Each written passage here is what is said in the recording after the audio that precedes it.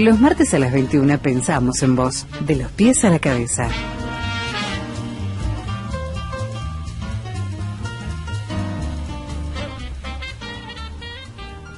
Bueno, buenas noches. Acá estamos en el programa de los pies a la cabeza. Buenas noches. Acá está Leticia Cañasi acompañándome. Marcos Herrera todavía no ha llegado, así que vamos a comenzar presentando a la profesora licenciada Beatriz Mordó, licenciada en obstetricia, profesora de ciencias biológicas, especialista en sexología educativa. ¿Cómo estás? ¿Cómo le va? Buenas Bien, noches. Buenas noches. Pero primero vamos a un tema musical, ¿te parece?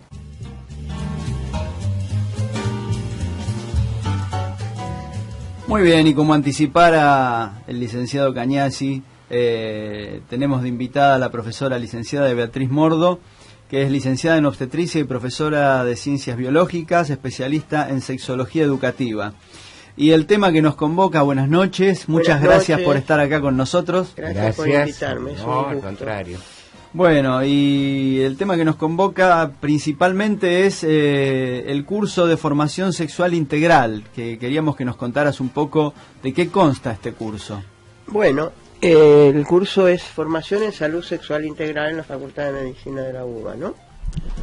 El objetivo de este curso en particular, que ya lleva 2 años, es incorporar de alguna manera a alumnos de todas las carreras, de todos los niveles de la Facultad de Medicina, Sí. a este tema, ¿sí? Es por supuesto desde ya que es gratuito, se hizo desde la Secretaría Académica y ahora se hace de extensión universitaria. Bueno, se convoca a los alumnos a través del centro de estudiantes y a través de Facebook de la facultad De extensión universitaria. de extensión. Y bueno, se anotan de todos los niveles y de todas las carreras. ¿Qué convocatoria está teniendo el curso? El curso tiene muy buena convocatoria, lo que la asistencia es la que baja, sí. Que creo que tiene que ver con una costumbre, ¿no? Sí. De incorporarse, inscribirse, pero interesante, después prácticamente se llega hasta el final con el mismo número. Claro. Porque se tocan temas muy interesantes, la incorporación a la temática, porque un poco es lograr que en la Facultad de Medicina la salud sexual integral entre de alguna manera como materia. Todavía no lo hemos logrado, la sexología no es materia en la Facultad de Medicina, en términos generales ninguna facultad, lamentablemente. Claro. Y yo hace muchísimos años que vengo trabajando desde posgrados en la facultad, de extensión universitaria, y fundamentalmente el posgrado se hizo durante muchos años, 14 años más o menos, con el actual decano. Sí. En este momento no lo puedo hacer porque es decano, el doctor Sergio Provenzano, que fue siempre una persona que le dio apertura a esta temática, ¿no?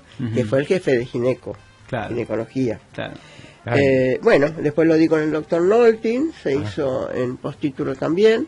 Y bueno, vamos a ver si podemos seguir con el posgrado, que yo en particular, mi manera de entender este tema es incorporando todas las disciplinas, no solamente gente de la Facultad de Medicina, sino de psicología y sobre todo los docentes de la Ciudad de Buenos Aires o del país, ¿no? Claro. Han venido muchos años, mucha gente del interior, pero bueno, después con los costos de los viajes, claro. Porque es semipresencial. ¿Y cuáles son los objetivos de...? Ahora, el curso, si me permitís que yo me salté, el curso que estoy dando tiene que ver un poco por entrar en los alumnos en el tema de la idea de la perspectiva de género, dentro de todo lo que es salud sexual integral, ¿sí? Que es muy el tema pendiente en la Facultad de Medicina y casi en todas las facultades, digo casi porque alguna por ahí debe tener un posgrado en género. Y bueno, el tema del género es nuclear en este momento por toda la problemática que conocemos. Sí. Después entramos en todo lo que es infecciones de transmisión sexual, todo lo que es anticoncepción, pero siempre desde la mirada de la sexología, ¿sí? No solamente desde la mirada específicamente médica y de indicación. Claro, no como una patología. Tal cual. Sobre todo mi tema es la promoción de la salud sexual y la prevención de riesgos. Claro, desde ya. Y la educación sexual integral, que lo he hecho en secundaria, en primaria, porque aparte, bueno, yo he formado una sociedad, Instituto de Prevención y Educación en Salud y Sexualidad, que es afiliado a la Facultad de Medicina y aparte tengo el convenio con la UBA. Ahora lo estoy recordando, que también está avalado y aprobado con la UBA. ¿Sos directora? Sí, claro, sí, yo soy la directora del instituto. Y así que y la Federación Sexológica Argentina que está en todo el país. Pero estamos tratando de ver en la facultad proyectos de armar estructuras un poco más con disciplinas específicas. Claro. ¿No? Decime una cosa, Beatriz, ¿cómo empezaste? Ay, mira qué pregunta. Él hace preguntas Mucha luz, así. muy interesante tu pregunta. Muy poca gente lo hace. Yo, mi carrera de base era licenciatura en obstetricia, Sí. pero la parte clínica la hice muy poco tiempo. Pero sí observé algunas situaciones con respecto al tema mujer y al tema el manejo del embarazo, el manejo del no llegar a fin el embarazo, o sea, el tema aborto provocado, Sí. toda la problemática de embarazo adolescente. Sí. Te estoy hablando de cómo empecé, ¿sí? Después ahora estamos en un problema mucho más grave todavía.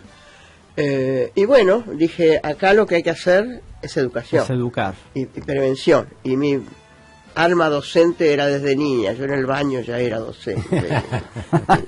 Sí, digo al baño porque mi vecino decía, ahí está la Beatriz.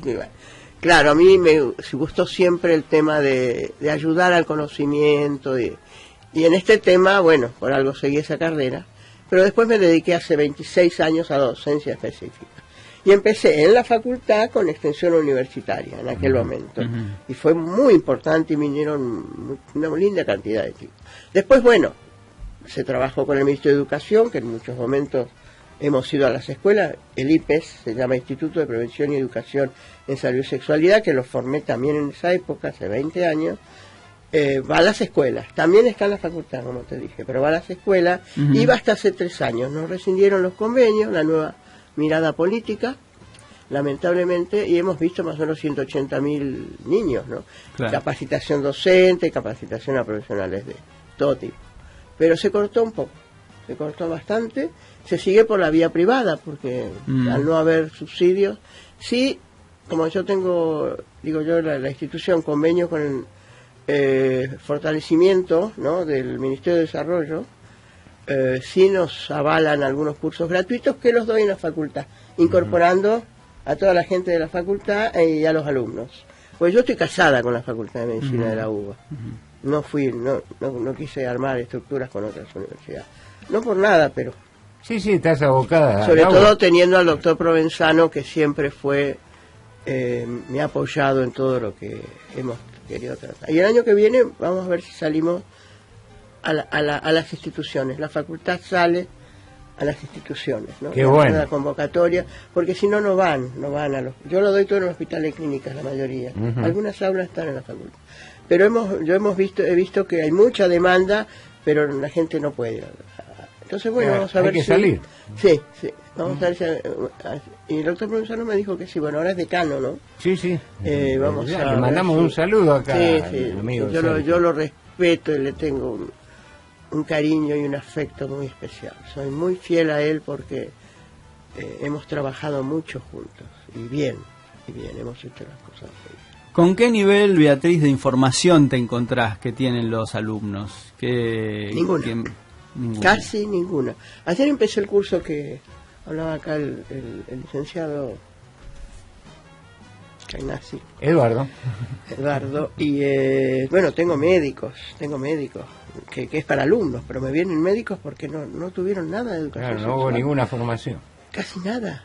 Claro. Casi nada, no puedo decir nada, pero Bueno, casi nada. sí. De lo que yo doy, nada. Cuando abren la boca le veo la moda de juicio, ¿no? Claro, porque la sexología es una disciplina que abarca muchas disciplinas, muchísimas, casi todas. Entra la justicia, la demografía, todo lo que tiene que ver con medicina desde ya, y la sociología, la psicología, la demografía, infinidad de disciplinas. Claro, está interrelacionada con todo. Es que la vida del ser humano está Por relacionada. supuesto. Entonces la sexualidad no es casualidad que las religiones la tomen como columna vertebral. Sí, la es sexualidad. Claro. Entonces, digo las religiones porque han sido lo que han comandado a los seres humanos hasta que vinieron los códigos civiles y las democracias y las posibilidades diferentes. Y yo te quería preguntar, ¿cómo lo recepciona la gente a la que concurre al curso? Muy bien, muy agradecidos. Las docentes que terminamos en noviembre, no, en agosto, ahora justamente este sábado tienen que hacer la evaluación. Yo recibo de los docentes luces de escritura, ¿no? Luz, amplitud, están muy contentos, muy felices. Bueno, yo tengo una forma de llegar desde lo real y desde lo vivencial, no tanto desde los conocimientos específicos de ciencia, porque como no hago clínica, claro, la gente con la sexualidad no tiene problemas para hablarse a sí misma qué le pasa, porque no hay educación desde que somos chicos. Exacto, no. Es muy reprimido el tema. De eso no se habla, ¿no? Prácticamente no. Cuando nosotros le damos a las escuelas, empezamos a trabajar, generalmente la directora aprueba que llamemos a los padres. Se hace una convocatoria a los padres que se les va a enseñar, porque vamos a hablar con sus propios hijos. Yo creo que como madre me gustaría ver quién es el que le va a hablar de sexualidad a mi hijo. ¿Y de qué? De 300 vienen 6. De 300 alumnos vienen 6 padres. Esa es la verdad, porque hay que decirlo. Claro, no, por supuesto. Y cuando vienen, muy interesados, les explicamos lo que vamos a enseñar con los chicos, que siempre está en la currícula, no es que no está en la currícula, es obligatorio enseñárselo. La currícula, te estoy hablando de las escuelas, del ministerio, porque está todo aprobado. Nuestro país en ese sentido es una maravilla, tiene unas leyes de primera línea. Y los padres dicen, ¿usted le va a enseñar eso a mis hijos? Y yo no lo sé. Ellos van a saber más que yo. Y uno se queda muda. ¿Cómo no hay escuela para padres? Para padres, madres, adultos. Esto tiene que ser importante porque tiene que ver con la vida. La gente no sabe de este tema y la sexualidad es la columna vertebral de la vida de uno, en todo sentido. No sexualidad por sexo, sino por toda la estructura de cómo ser varón, cómo ser mujer, cómo ser, de pronto, si uno es una persona trans, bueno, la aceptación, qué le pasa, cómo armamos la vida de las personas, cómo dialogamos, cómo nos empezamos a darnos cuenta que nuestro cuerpo es nuestro. Hay mujeres que no se conocen sus genitales, se la conoce el marido, el ginecólogo, el amante, pero no ella nunca, misma. Y por ella tuvo 6 hijos, Claro. y nunca tuvo un contacto, un espejo, mirarse, porque esa es una zona que tiene historia diferente, ¿no? Y hay como un tabú también, ¿no? Ese es el tema, es un tabú. Y créame, Eduardo, que sigue siendo tabú, aunque usted no lo crea. Sí. Tenemos profesionales médicos que no han tenido formación y la respuesta a la paciente o al paciente es desde su formación en su casa. Claro. Claro, ninguna formación. Bueno, por real. último, Beatriz, para redondear, ¿dónde se realiza esto? Vos dijiste clínicas. Este curso, Sí. específicamente es lo último de este año. Claro, Sí, esto sí. termina. Claro. Sí, ¿dónde Bueno, se ya empezó ayer, los lunes, son 4 lunes, Sí. y ahí se termina el año. Sí. Pues ya diciembre los chicos están estudiando. Están en otro. Hospital de Clínicas, Sí. digamos en el piso de ginecología, en el quinto piso, piso. el aula 1. Ajá. Perfecto. El aula 1, en principio sí, se tienen que anotar en la extensión universitaria. Está bien. Te cuento que yo lo largué el curso para Sí. estudiantes de todas las carreras, y se me vienen los médicos, se Claro. me vienen psicólogos, se me vienen de otros lugares, Claro. y yo les tengo que decir que no, y los tengo ahí sentados, y después no les puedo decir que no. No. Así que No. mirá lo que te estoy contando, Sí, ¿no? sí. Es gratuito, por supuesto. Así que esto tiene que ver con formación en salud sexual integral, pero en 4 encuentros, que es una apertura mínima de toda la temática. Está muy bien. Claro, Está básico. muy bien. Bueno, Lo básico. Tal cual. Ujú. licenciada Beatriz Mordo, muchísimas gracias por estar con nosotros. Gracias a ustedes. Este, Seguimos en otras y oportunidades. seguimos, conversando. vamos a Seguramente. seguir conversando. Hay mucho para conversar. Sí, hay mucho para mí es conversar. un placer estar acá. Bueno, Realmente. para La mí- palabra placer Ahí está, es nuclear en la vida de los seres humanos. Para nosotros también. Así que Muchísimas muchas gracias por venir. Muy amable.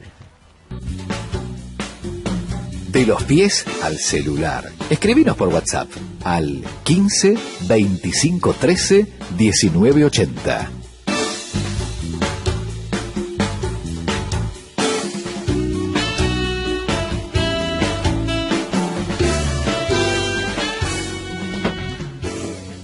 Muy bien, y estamos acá en el estudio con la licenciada en fonoaudiología Cecilia Yanikian y la licenciada en psicología Liliana Iaconiani. Vamos a estar hablando con ellas. Primero, buenas noches, gracias por estar con nosotros. Buenas noches, gracias. ¿Qué tal? ¿Cómo están? Muy bien, gracias por la invitación. Y bueno, vamos a estar hablando de un tema que es FonoUBA, un espacio de asistencia, docencia e investigación. ¿Qué es FonoUBA? ¿Qué nos pueden contar de este proyecto, de esta iniciativa? FonoUBA es un centro interdisciplinario de asistencia, docencia, capacitación, formación y extensión, que fue creado en el año 98 por directoras de la carrera de fono y que nosotras venimos funcionando como grupo desde hace un año. En realidad tiene historia, hace muchos años, tiene una trayectoria de hace muchos años, pero nosotras como grupo constituido llevamos un año de trabajo juntas. ¿Y qué es el grupo constituido? ¿Cuántas son? Bien, bueno, nosotras somos 4 profesionales que empezamos a trabajar con las derivaciones de pacientes con, más que nada, trastornos del lenguaje. Está la licenciada Yanikian, que es fonoaudióloga, hay una psicopedagoga, una bióloga y estimuladora temprana del desarrollo y psicomotricista, y yo que soy psicóloga. Entre las 4 vemos de manera integral al paciente, o sea, tratamos de tener una mirada más desde el sujeto en sí. ¿Esto dónde funciona? En el Instituto Taquini. En el Instituto Taquini. En verdad, voy a agregar algo, FonoUBA es un convenio que se arma dentro de la Facultad de Medicina con la carrera de fono más el Instituto Taquini. O sea, funciona en el espacio físico del Taquini lo que es parte de la carrera de fonoaudiología, que es lo que decía la licenciada hace un ratito. A partir de que ustedes se hacen cargo y empiezan a manejar el proyecto, digamos, ahí hay como un relanzamiento, ¿no es cierto? Exactamente. Antiguamente era más fonoaudiólogas y psicólogas, ¿no? No sé si psicopedagogas. Habían psicopedagogas, pero en realidad lo que había era mucho recambio de las especialidades. Pero desde el año pasado tenemos la posibilidad de... en realidad somos todas, somos profesionales de planta, de facultad, así que, bueno, de alguna manera tenemos garantizada la continuidad. Claro. Realmente me sorprendió la cantidad de disciplinas tan dispares, ¿no, Marcos? O sea, ¿cómo se complementan para llevar a cabo este trabajo? Pues es bastante complejo por lo que veo. En lo personal, yo lo que pensaría es en la complejidad del objeto del lenguaje, de estudio, que en nuestro caso es el lenguaje. Si nosotros pensamos en la complejidad del objeto del estudio y lo que intentamos es reconstruirlo, nosotros lo que hacemos es tomar la dimensión, la base fisiológica, la cuestión emocional y la cuestión social. Y es desde ese lugar que nosotras lo que hacemos es intentar, tomar en cuenta las dimensiones que el lenguaje abarca. ¿Y de dónde reciben los pacientes? Bueno, vienen derivados muchos por DOSUBA, porque hay una gran demanda hoy en día con el tema de trastornos del lenguaje y cuestiones del lenguaje en general. DOSUBA nos deriva pacientes. Y otros por el boca a boca. Hoy en día no está muy promocionado FonoUBA en sí. Más que nada hay todo un sector que también viene de lo que es por fuera de lo que es DOSUBA, que ingresarían directamente a lo que es a la asistencia a través de FonoUBA, pero por fuera de la obra social. Y en ese caso son pacientes, son personas que vienen del conurbano. al día de hoy hay una gran demanda en todo lo que son trastornos del lenguaje, trastornos del aprendizaje, en fin. Y hay pocos espacios en los que, digamos, se los asiste. Entonces, en principio, lo que nosotros hacemos es diagnóstico y orientación y derivación. Se me ocurre una pregunta. ¿Son más niños los que ustedes atienden o también hay población adulta? No, también recibimos adultos. Trabajamos, o sea, nosotros trabajamos tanto en lo que es niños, lo que es trastornos del lenguaje niños, como adultos. A ver, claramente estos son espacios que al día de hoy hay que difundirlos. Pero hay... Para eso estamos. Lo real es que hay más demanda en el caso de niños que en el caso de adultos. No porque haya menos ACV. Claro. Pero es así, mayor cantidad de niños que adultos. Sí, porque aparte también está el tema del lenguaje y la emoción, entonces es como que las cuestiones vinculares están muy asociadas también. Por eso tanta la interdisciplina nuestra y esta variedad de profesionales que tiene el equipo en sí. Se evalúa mucho eso, o sea, el caso por caso del niño que viene a preguntar y el tema de hacemos entrevistas a padres, nos acercamos a las escuelas para también tener la visión de la escuela, de si hay una psicopedagoga en la escuela también para escuchar cómo ese niño trabaja y cómo funcionan, porque a veces son totalmente diferentes a cómo son en consultorio o como cuando vienen con los papás. Entonces trabajamos desde ese lugar. Para poder tener otras miradas, digamos. Exactamente, la idea es eso. O sea, trabajamos nosotras 4 como interdisciplina, pero también viendo si hay otro, si hay un neurólogo que está atendiendo, qué derivaciones hay, qué diagnósticos. Tratamos de eso, de que sea el caso por caso y del de sujeto enriquecerlo vinculándose con otros profesionales si hay. Totalmente. Sí. Equipos de trabajo hay muchos al día de hoy. Muchísimos, pero una de las cuestiones que nosotras nos planteamos en una especie de debate interno es generar la atención desde lo que es el ser humano, el sujeto y no la enfermedad. Sí. Al día de hoy hay miradas muy poco personalizadas, muy poco humanizadas, y la idea es recuperar digamos, en el caso de los pacientes, el lugar de sujeto. Esto puede sonar así como muy raro, ¿no? Pero son cuestiones así que nos planteamos seriamente en relación a lo que pretendemos ofrecerle a la gente. A mí no me suena raro, me suena bien, digamos. Bueno, nos alegra. Sí.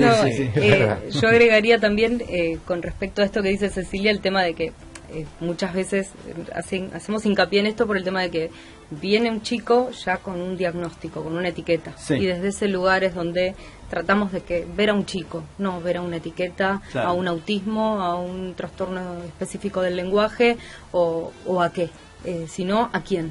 Y por eso hacemos esto de las entrevistas a papás, escuchar otras cosas y ver al nene cómo juega o al sujeto en sí, si es un adulto también, lo mismo. O sea, tratamos de sacar esa cuestión de patología y ver a un ser humano. Claro. Esto no excluye que nosotros tomemos baterías, porque si hay colegas que nos están escuchando, posiblemente nos critiquen. Es decir, obviamente aprovechamos y utilizamos todas las herramientas, inclusive la tecnología, digo, para no dejar de mencionarla, pero nos parece más relevante hacer hincapié en esta cuestión. Utilizamos las herramientas, las baterías de lenguaje y de evaluación de las que disponemos, pero fundamentalmente no perdiendo de vista esta cuestión de, digamos, de ver al sujeto y no los resultados y las cuestiones cuantitativas en relación a los resultados de las evaluaciones. No sé si se entendió. Sí, se entendió perfectamente. Totalmente. Sí. Ahora, ¿qué cantidad de pacientes tienen aproximadamente? ¿Tienen así una estadística o algo? No, la verdad, aún no. No, digo en una evaluación personal, por ahí, no necesariamente un trabajo estadístico, ¿no? No muchos, serán en tratamiento unos 5 o 6 pacientes y después los que pasan y se hacen ciertas evaluaciones, se los tiene un tiempo y se ve también, porque nos pasa esto que decía Cecilia, vienen del conurbano, son muchos pacientes que cuando son chiquitos, son 3, 4 años que tienen de edad. Si no tuvieron doble escolaridad o tuvieron un jardín de infantes con 4 horas del turno, lo que pueda llegar a ser, vienen, tienen 2 horas de viaje y ya vienen cansadísimos. Entonces, eso cuesta y dificulta un montón. Entonces, vemos qué posibilidades hay de reorientarlos a que los atienda otro profesional más cerca de donde ellos viven, porque dificulta mucho un tratamiento así. Son tratamientos de mucho tiempo. Y por ahí genera el abandono. No. En realidad, a ver, en lo personal, yo lo que quiero señalar es, hemos tenido situaciones muy conmovedoras con personas que uno ve que vienen de... no me acuerdo en este momento de las localidades. Pero tenían 2 horas de viaje. José León Suárez, o sea, 2 horas de ida, 2 horas de vuelta, donde los padres pedían el día en el trabajo para venir a las entrevistas de devolución. Gente que no tiene recursos, donde viene la pareja y donde cuando se les entregaba el informe en mano de la evaluación con la orientación, ellos estaban absolutamente conmovidos porque desconocían esa forma de trato tan humanizada. En realidad están acostumbrados a otro tipo de trato, y la verdad es que a pesar de que de hecho no tomamos tantos pacientes, no nos recargamos, porque lo que pretendemos es darnos el tiempo necesario en cada caso, discutirlo, y la verdad es que nuestra experiencia es increíblemente emocionante, porque la gente está muy agradecida. Ellos quisieran seguir, y la verdad es que nosotros, cuando les mostramos todos los inconvenientes que ellos tienen, en realidad son tratamientos muy largos los nuestros, y la verdad es que no conviene, digamos, que la atención se realice a tanta distancia. Siempre es conveniente que el tratamiento se realice más cercanamente. Elegir una institución más cerca. Por eso lo que estamos intentando armar es una red de servicios, pero esto es algo, un proyecto que estamos intentando construirlo, que no existe. Pero bueno, la verdad es que tenemos experiencias increíbles con las familias, porque ellos pretenden continuar y la verdad es que no. La idea es ubicarlos en consultorios o en centros que están en el conurbano. Claro, sería lo que preferirían ellos por ahí, es seguir con el equipo de ustedes. Sí, la verdad es que sí. Pero bueno, les ofrecemos la orientación y el control, el seguimiento del caso, la supervisión a la profesional que esté trabajando. Claro. Está bien. Como siempre decimos, el tiempo es tirano. ¿Por qué me robás la frase? Y lamentablemente vamos a tener que saludar a nuestras queridas amigas fonoaudióloga y psicóloga Cecilia Yaniquian y Liliana Iaconiani, y bueno, agradecerles mucho esta entrevista, y seguramente vamos a volver a tenerlas para ver cómo sigue el FONUBA. Bueno, muchísimas gracias por la invitación, por este espacio. Al contrario, espero que les haya sido útil, al menos para mí lo fue. Sí. Muchísimas gracias. Gracias, buenas noches. La Escuela de Podología de la UBA presenta A la Horma de tus Pies, un espacio para pensar la salud a cada paso.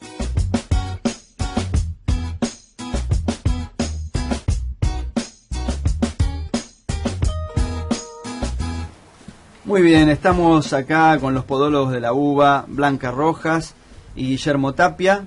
Buenas noches, muchas gracias por estar acá con nosotros. Buenas noches, gracias por la invitación. No, al contrario, ¿qué tal, Guillermo? Muy bien, Eduardo, Marcos, un gusto volver a estar aquí. Sí, bueno, ya han estado ellos. Han estado, ya los hemos tenido acá. Pero hoy vamos a hablar de rehabilitación ungueal.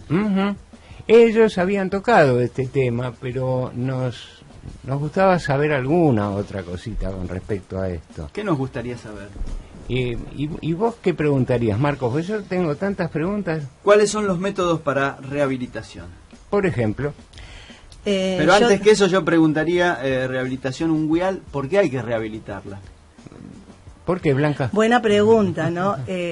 Para conservar su forma, su funcionalidad y el bienestar del paciente, porque si vamos a rehabilitar, teóricamente la uña no está muy bien, entonces o duele en su momento, o está mal cortada, o está engrosada, o está sufriendo esa uña. Entonces, bueno, nosotros desde nuestro punto de vista hay que solucionar ese tema. Entonces, ahí es donde entramos a rehabilitar.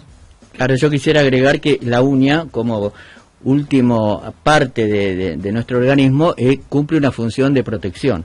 Entonces, si nosotros tenemos una uña que no está en buen estado o que realmente por alguna patología está produciendo algún dolor, o no solo en lo estético, es necesario que tengamos una buena uña para tener esa protección distal en el dedo.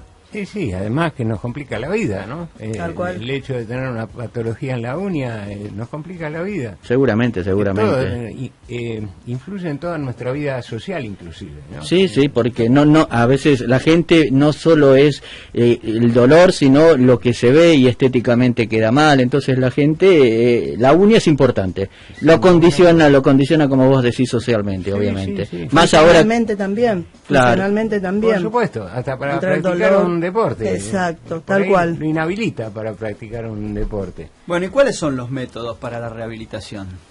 Siempre tenemos en cuenta cuál es, viene a ser el origen de la consulta del paciente. Correcto. Sí, claro, porque la rehabilitación puede ser desde el punto de vista estético, porque obviamente ahora viene la época donde las señoras o todos exponemos más los pies, y si la uña se ve mal, obviamente como decíamos antes, nos condiciona y queremos verla lo más prolijo posible. Y también con respecto a alguna problemita que ya pueda surgir a partir de alguna lesión que puede ser traumática, puede ser con el más conocido por la gente como es la uña encarnada. Entonces tenemos que hacer más que nada una rehabilitación ya desde el punto de vista funcional para que la uña vuelva a ser lo que era normalmente. A tomar su forma y su relación onicodactilar, o sea, la relación de la uña con el dedo que sea normal. Y lo que te preguntó Marcos, que sí, hay varios métodos para este tipo de rehabilitación. ¿Cuáles son los Depende más de la usados? patología que tenga.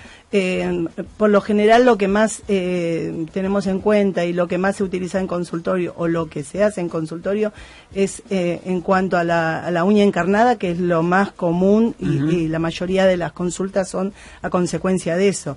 Y al estar la uña encarnada, obviamente uno va a retirar esa porción de lámina que se está incrustando o se está clavando en la piel y va a dejar la uña un poco más angosta. Ahí es donde entramos en juego y ahí es donde entra la rehabilitación, con diferentes elementos, diferentes técnicas, depende del tipo o la cantidad de uña que uno haya retirado o de la evolución que tenga esa patología. Usaremos ya sea guías o férulas que le llamamos nosotros, ya sea con ciertos polímeros que se utilizan para reeducar la uña, porque uno puede retirar esa porción de lámina que se está clavando, pero si no colocamos una guía o rehabilitamos, como en este caso es el tema de hoy, esa uña en algún momento se va a volver a encarnar porque va a crecer, y al no tener el espacio o no tener el lugar por donde debería crecer, se va a volver a encarnar.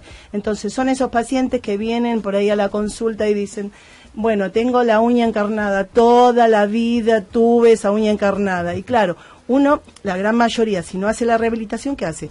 Corta esa porción de lámina que se está clavando y como deja de doler, cicatriza el lugar. La gente muchas veces no continúa con el tratamiento, y el tratamiento es colocar esa guía para evitar que se siga encarnando. Claro. Y al no colocar esa guía, cuando empieza a crecer, se vuelve a clavar. Y entonces a los 2 o 3 meses tenemos otra vez el mismo tema. Y son los que dicen, no, toda la vida tuve la uña encarnada y la sigo teniendo. Es no hacerse cargo de hacer el tratamiento, ya sea por parte del paciente o a veces también depende del profesional que lo haga. Eso por un lado. Claro, y además podemos incluir en esto el mal corte que el paciente en general Tal cual. Se realiza, ¿no? Sí, la verdad que sí, esa es una de las grandes causas, pero no solo porque el paciente obviamente no sabe cómo realizarlo, sino para aliviar, como decía Blanca, cierta molestia o dolor que le produce. Entonces, el alivio hace que en ese momento todo pueda parecer una solución, pero a largo plazo esa uña se va modificando. Y yo quisiera agregar también que Blanca hablaba de la uña encarnada, pero hay una forma de uña que es la que nos produce mucho dolor a las personas, más que nada a las mujeres, porque el tipo de calzado, que es la uña que tiene una forma como si fuese una teja.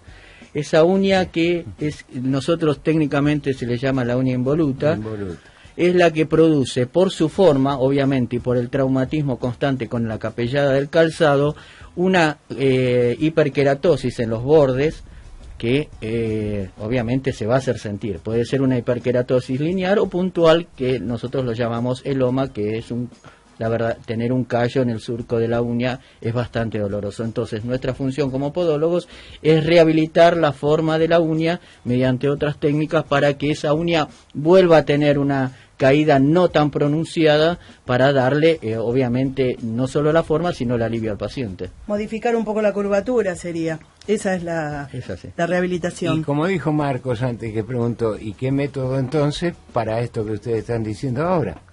Hay un par de técnicas que se utilizan. Uno es la fibra de memoria molecular, que es como un dispositivo que se pega sobre la lámina, y este dispositivo que uno pega sobre la lámina, la función que es abrir un poco la lámina. Hay otro método que uno también le llama el sponge rígido, que se usan con unos polímeros, que también intenta modificar un poco la curvatura de la lámina.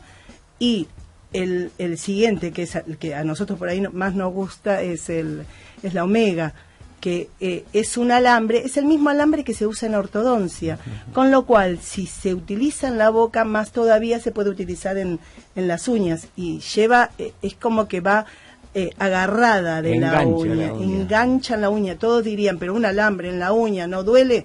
No, tiene una forma particular de hacer que no duele. Y una vez que uno lo coloca en la uña y lo tensarlo quiere decir abrir un poco la uña. Es como el mismo que lo que hace el odontólogo. El odontólogo coloca los brad que con ese tipo de alambre, y lo va ajustando para modificar, digamos, la alineación de los dientes. En el pie nosotros colocamos el mismo alambre, solo que va agarrado de cada lado de la uña, y después se tensa arriba. Tiene una forma de omega, por eso que lleva el nombre de omega. Y con esto, ¿qué queremos hacer? Modificar un poco la curvatura. Claro. Y al modificar un poco la curvatura, ¿qué logramos? Que no duela. Que esa es, en realidad, la finalidad de todo este tipo de técnicas y maniobras. Claro. Es modificar un poco la curvatura y que no le duela. Claro. Porque el paciente recurre por el dolor. Entonces, uno con estas técnicas logra aplanar un poco la lámina, no impacta tanto en la capellada del calzado, como dijo Guillermo, y al tener un poco más la lámina más normal, relativamente normal, deja de hacer tanta presión en el surco, que es lo que duele realmente. Y es una tarea que vos hacés de una forma espléndida. Yo he visto trabajos de Blanca con un resultado realmente excepcional. Me gusta la técnica, esa es la realidad, me encanta. Muy bien adelante. ¿Todo esto se realiza en el servicio de podología? Sí, en el Hospital de Clínicas.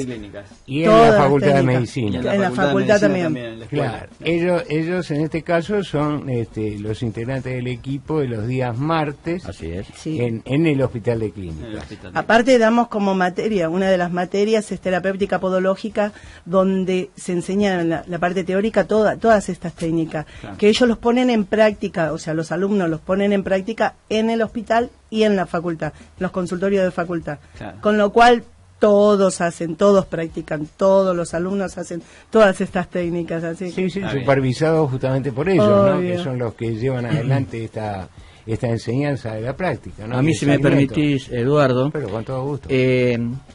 Todo esto no es mágico, no es rápido.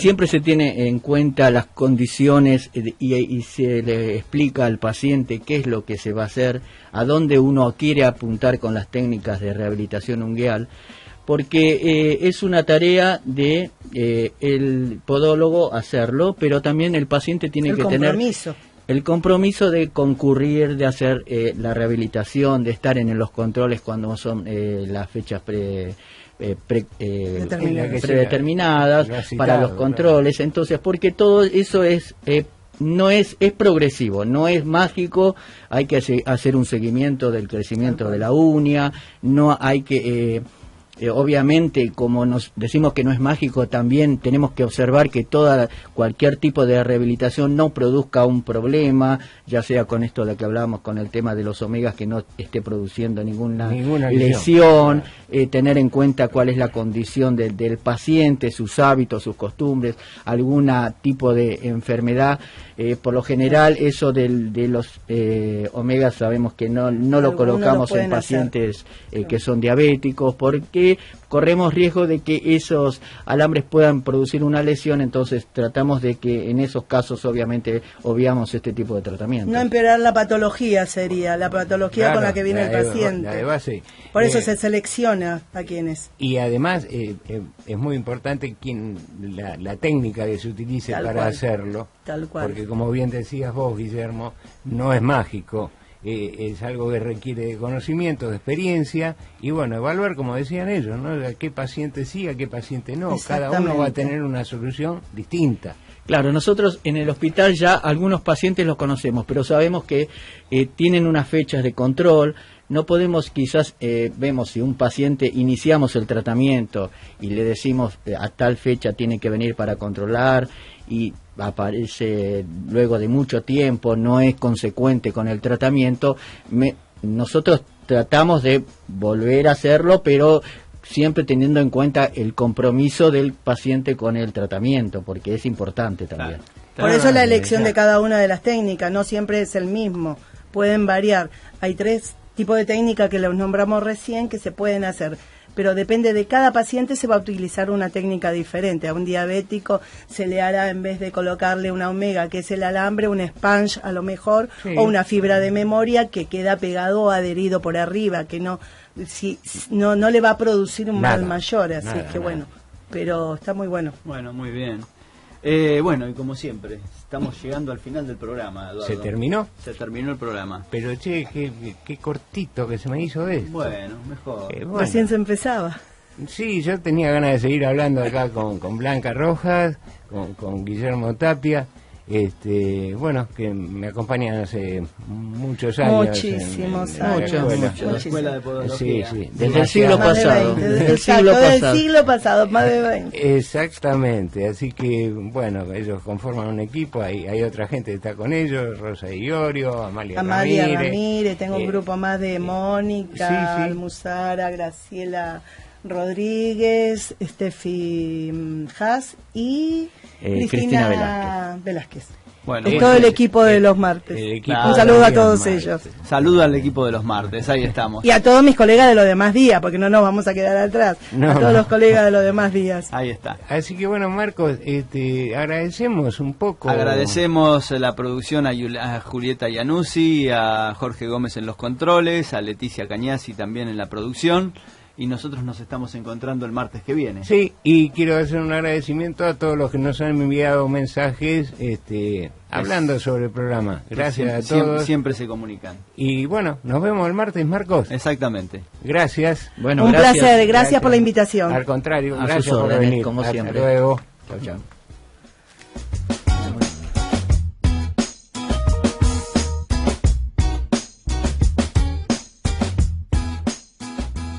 Comprometidos con la salud de los pies a la cabeza.